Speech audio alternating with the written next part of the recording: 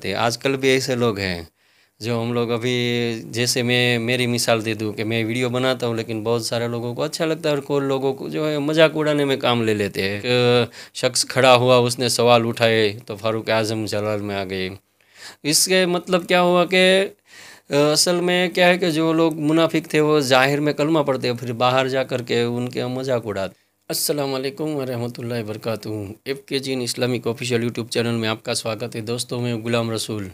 ہم نے ایک رمضان مہینے میں سیریز چلائی تھی جس کے 3 پارٹ ہم نے بنائے تھے. حضرت مولا علی علیہ السلام کی شہادت کے متعلق تھے. تو اس کے اندر ہمیں بہت سارے سوال ملے تھے کہ اس کے اندر ایک سوال آیا تھا ہمارے پاس کہ عبد الرحمن ابن ملجم وہ تو صحابی رسول تھا، مولا علی کو قتل کرنے والا آپ کے نزدیک کیا ہے؟ پھر صحابی رسول ہونے کے باوجود بھی اس نے قتل کیا تو یہ صحابی رسول تھا یا پھر خارجی تھا؟ تو حنیف قریشی صاحب کا ہی ہمیں جواب مل گیا اس کے اندر.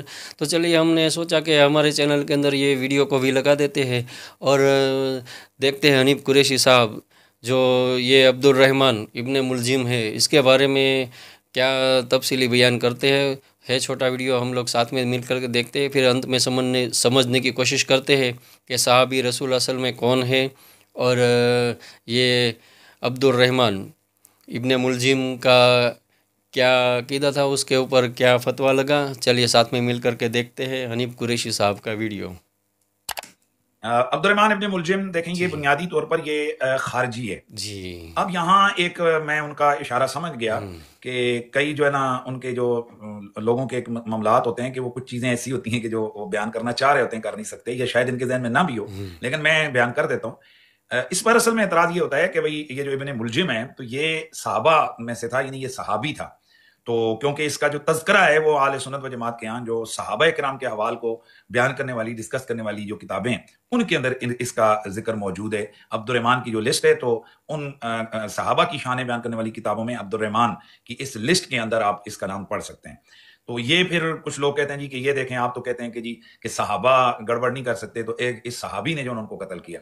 بنیادی طور پر آپ نے یہ ساری ایک بات ہمیشہ کے لیے اپنے ذہن میں بٹھا لینی ہے کہ یہ بعض اوقات جو الفاظ استعمال ہوتے ہیں تو کئی دفعہ ایک لفظ کہیں یوز ہو تو اس کا لغوی معنی مراد ہوتا ہے اور کئی جگہ جو ہے نا اس کا اصطلاحی معنی مراد ہوتا ہے. مثلا جبریل علیہ السلام کو جب اللہ تعالیٰ نے حضرت مریم کے پاس بھیجا تو انہوں نے کہا کہ انا رسول ربک لأہب لک غلاما زکیہ، اے مریم میں آپ کے رب کا رسول ہوں.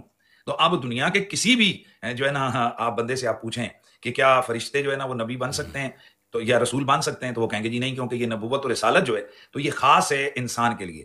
لیکن یہاں جو رسول کا لفظ آیا تو اس رسول کا لغوی معنی مراد ہے، لیکن اللہ کی طرف سے روانہ کیا ہوا، اللہ کی طرف سے بھیجا ہوا. یہاں سے وہ معنی نہیں ہے کہ اللہ کی طرف سے نبوت سے سرشار کر کے لوگوں کی رہنمائی کے لیے مبعوث کیا ہوا، یہ معنی نہیں ہے. اسی طرح بہت ساری دفعہ حدیث میں قرآن میں کوئی لفظ یوز ہوتا ہے تو کئی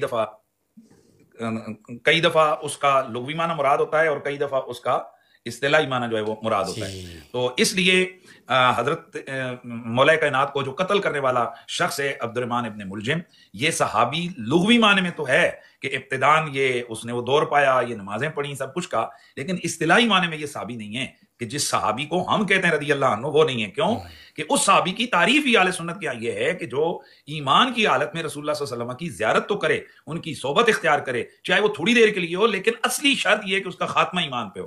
تو جس بندے نے مولا کائنات مولا المومنین والمسلمین کو قتل کر دیا اس کا ایمان کہاں باقی ہے؟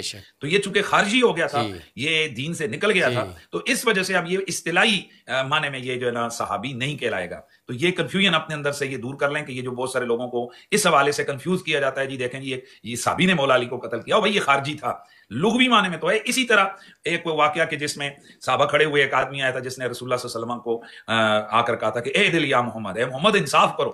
تو حضرت عمر کی تلوار نکل گئی، حضرت کہ یا رسول اللہ مجھے حکم دے میں اس کا سر تن سے جدا کروں. تو اللہ کے نبی نے فرمایا نہیں، اس کو قتل نہیں کرنا، کہ لوگ کہیں گے کہ ان محمدن یقتل اصحابہ، کہ محمد اپنے صحابہ کو قتل کر رہا ہے. او بھائی جو نبی پہ اعتراض کر رہا ہے یہ صحابی کی طرف سے آ گیا. تو یہاں وہ لغوی معنی میں یعنی نبی علیہ السلام کے ساتھ اٹھنا بیٹھنے والا اس معنی میں آئے گا. وہ جو حقیقی اصطلاحی شرعی معنی ہے صحابی کا کہ جس کا خاتمہ ایمان پہ ہوا، وہ معنی یہاں پر استعمال نہیں ہوگا. تو ابن ملجم یہ خارجی تھا، اور خارجی ان لوگوں کو کہتے ہیں خوارج کہ جو بنیادی طور پر جنہوں نے سب سے پہلے مولا علی پر کفر کا فتویٰ لگایا تھا. تو یہ ملعون لوگ ہیں، جہنمی ہیں، ان کے حوالے سے ہمارا اہل سنت کا واضح عقیدہ ہے. تو حضرت علی کو چونکہ جس نے قتل کیا